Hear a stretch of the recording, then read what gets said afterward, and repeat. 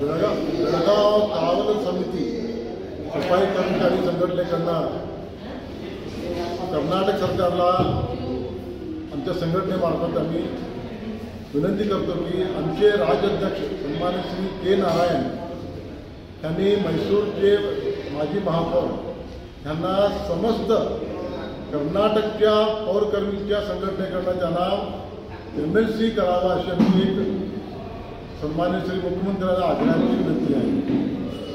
जवळजवळ 8 लाख या कर्नाटकमध्ये पौरकर्मी लोक काम करतात आणि त्या 8 लोकांचं सुखदुःखामध्ये सामील होणं, त्यांच्या अडीअडचणींना सामोरं जाणे असे आमचे गौरवाध्यक्ष सन्माननीय श्री नारायण यांनी या सफाई कर्मचाऱ्याला पुष्कळचं न्याय मिळवून दिले. तर त्याच्यासाठी बेळगाव कावल समिती सफाई कर्मचारी या संघटनेकडनं त्याला आम्ही मुख्यमंत्रीला विनंती करतो की त्यांना सरकारकडनं जे 4 MLC करणार आहे त्याच्यातलं 3 MLC झालेले आहेत, एक MLC खाली आहे. त्या 1 MLC सीटवरती सरकारनं त्यांना MLCची नेमणूक करावी अशी आमची बेळगावच्या संघटनेकडे त्यांना मुख्यमंत्र्यांना आमची आग्रहाची मागणी आहे. तसेच बेळगाव महानगरपालिकामध्ये आता जवळजवळ मला वाटते की त्या लोकसंख्येच्या हिशोबाने परवा दिवशी काहीतरी मला टेंबरच्या मुखांतर 300 लोकांना भरती करणार आहे. त्या 300 लोकांना भरती करण्यापेक्षा आम्ही असं म्हणतो की 2020मध्ये त्या बेळगाव शहरामध्ये मॅन्युअल स्कॅव्हेंजिंग जे हाताने काम करतात त्या परिवारातर्फे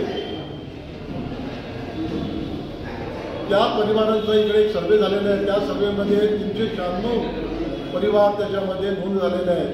त्या 396 लोकांना तुम्ही प्रप्रथम या महानगरपालिकेच्या जे 300 कामगार होणार आहेत तुम्ही कॉन्ट्रॅक्ट बेसिसवरती त्यांना प्रप्रथम त्यांना तुम्ही त्यांना मान्यता द्यावी.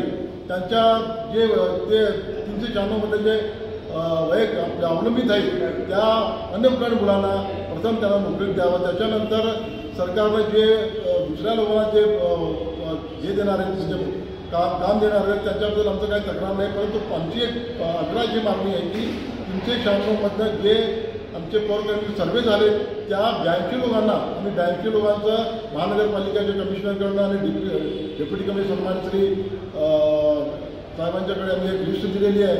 82 लोकांची त्या 82 लोकांचंच इकडे महानगरपालिकामध्ये प्रथम त्यांना नेमणूक करावी आमच्या इथे आग्रहाची मागणी आहे.